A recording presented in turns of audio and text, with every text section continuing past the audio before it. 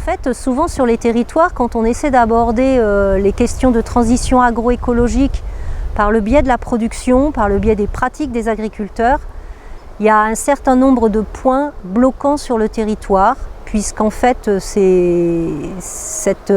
dimension relève souvent des prérogatives qui ne sont des prérogatives de la Chambre d'agriculture. Or, certaines fois, ça constitue un point de blocage puisque ce sont des agricultures alternatives au mouvement dominant. Le fait de l'inclure dans des projets plus globaux de type projet alimentaire permet des fois de questionner cette transition de manière plus facile que si on l'aborde par le biais des pratiques agricoles elles-mêmes.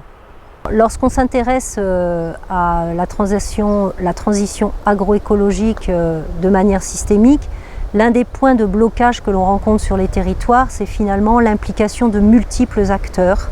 qui, pour faire face à la diversité d'actions qu'il faudrait mettre en place pour effectuer cette transition à une échelle très large,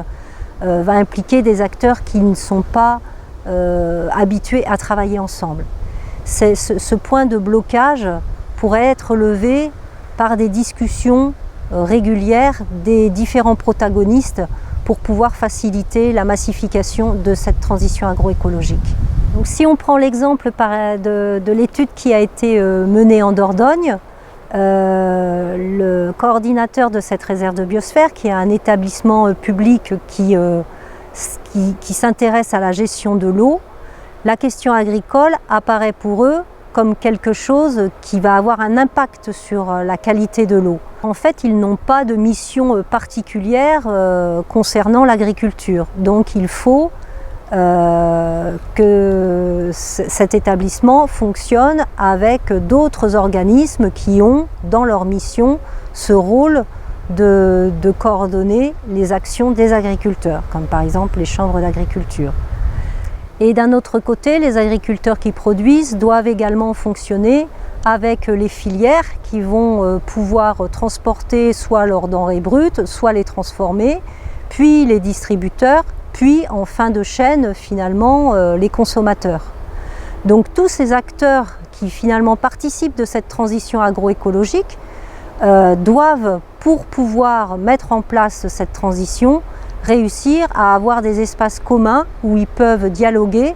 pour réussir à faire évoluer les choses dans le bon sens. Finalement, les réserves de biosphère, par leur entrée systémique, permettent de sensibiliser l'ensemble des acteurs de cette chaîne agroalimentaire, de la production à la consommation, aux enjeux d'une transition agroécologique. Cette sensibilisation, elle est d'autant plus importante que de multiples acteurs participent à tout ça. En Dordogne, il y a eu un travail de relevé des initiatives d'agroécologie qui étaient présentes sur le terrain et la production d'un petit livret qui mentionnait 24 initiatives d'agroécologie qui étaient favorables à une préservation de l'eau.